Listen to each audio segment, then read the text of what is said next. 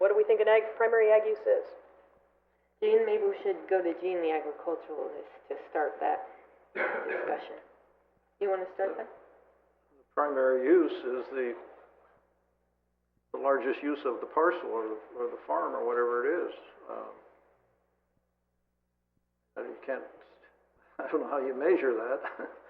Well, I mean, I guess the question is, ALAB has sort of found a way, and that's what the Agricultural Commissioner's Office is suggesting using or trying to apply. Good place to start, probably. What if there isn't any ag use on the site at all? What if it's an ag-zoned piece of property, but there isn't any production agricultural use of the property? Okay, give me an example. Say you've got, like the assertion was that the LEM application didn't have any commercial ag on site. It had a half acre of pumpkins and 11 acres of dry farm. Well, that's ag use. But it doesn't qualify under the guidelines okay. that ALAB established and that Commission. Okay.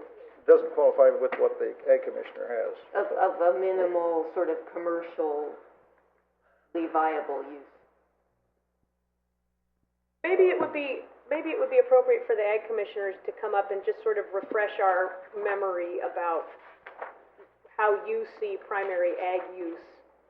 What is and isn't primary ag use? What? I mean, Sure, Michael Eisenseat, Ag Commissioner's Office. Our letter reiterates what ALAB adopted back in January or early February of 2008, and it's based upon the type of crop, which somewhat mirrors our ag subdivision standards, but at the most intensive, 2 acres of a nursery or greenhouse commercially operating would be considered a primary ag use. 5 acres of permanent irrigated crops, 10 acres of annual irrigated row crops, then 40 acres of irrigated pasture or dry farmed crops that are perennial, so orchards or vineyard, followed by 100 acres of dry farmed crops, so that would be the barley kind of situation, or 300 acres of grazing land that is being used for grazing. And your concern if an applicant didn't meet these standards, your concern, why are you concerned if maybe they only have 6 acres of irrigated row crops? Well, the discussion at ALAB focused on just the discussion you're having. Where do we draw a line of what is primary and how do we provide some consistency and clarity both to us as staff, to you as decision makers, and to applicants, so when they apply, they know, are we meeting the policy or not? So it's not at the end of the day that they come to you to find out whether they met the policy, but that there would be a fairly bright line up front for them to know going in the door. That said, I know our memo outlines some circumstances where these might not be applicable, that there are a variety of agricultural operations that don't fit neatly into one of these categories. There are ag operations that are diversified that have both animals and crops or nurseries, and in that case we would look at each use proportionally and would expect that in combination that they would add up to one primary ag use proportionally. As I read your memo, your specific point was that on a case-by-case basis, if there was some aggregate of uses that didn't quite meet the test, that the project could be reviewed as a discretionary project. It's not as if the door would be slammed on the project, it's just it would take a different level of review if it didn't meet these pre-set standards. Is that correct? And as Karen initially discussed, when we first started creating this, we were creating it particularly with the idea that it would apply for ministerial permits. And they would come to our office and they would get a letter from us verifying this ag use. They would bring that to planning, and with a zoning clearance would be on their way for their visitor use. And so this was the only point of decision making in that process. And we wanted to make a clearly ministerial action out of that. So there would be no discretion. The only thing that would be left to applicants would be to appeal that, I believe, to the Board of Supervisors. So just to summarize, you were trying to make, clear, demonstrable, evenly applied standards for ease of permitting, basically. If you can meet these requirements, boom, you qualify. Correct. Right?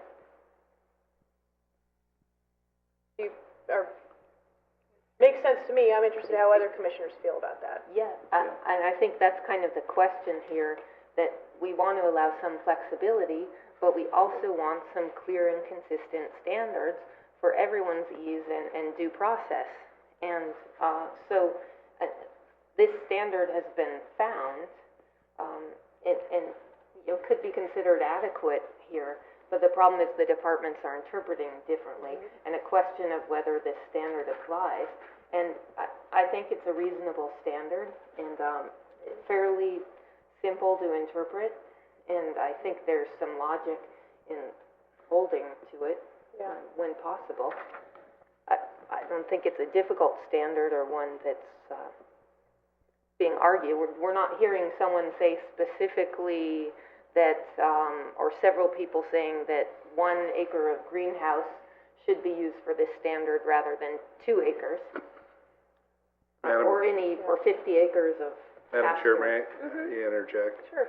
I think this criteria that Mr. Eisensee is talking about is a great place to start with the input that the Ag Department gives to the Planning Department that gets incorporated into our reports to the Review Authority on discretionary approvals. It was originally intended to apply to ministerial projects that would have actually been formally adopted if and when the events ordinance amendments were finally adopted. But for this interim period of implementing the current ordinance, I think this is a great place to start for referral responses for the decision makers to consider. But I think what our point is exactly that, is that you take the input from the Ag Department and then you make the best decision you can on an individual project that comes to you, if it does come to you, or it comes to the hearing officer.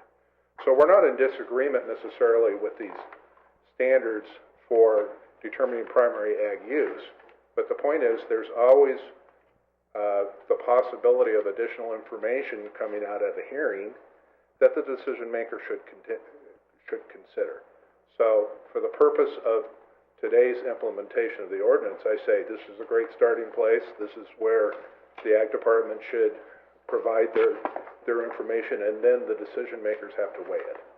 So I guess I would just follow up on that by, given that there's agreement in some way, and what I think I'm hearing is probably general agreement since we've heard that we want AGP 6, which requires a primary agricultural use to apply, is that we have to get into the next kind of interpretive questions, that there be this use, and then the more specific questions at hand, for example, on how we would want to interpret a future possible use, for example. Some more sort of specific nuances of interpretation that maybe we would want to have some kind of commission weigh in on. For example, if we look specifically at the limb case, where a future possible use was allowed to be considered an agricultural use. I would suggest... Actually, that's not correct. I was the hearing officer, and I made the decision I made based on the fact that there was 12 acres of almond orchards that were going to be revitalized, not the fact that 1 acre of roses were going to be planted or not. Right, but they so haven't let's just been. make sure that's clear why Sure. I made the decision I did.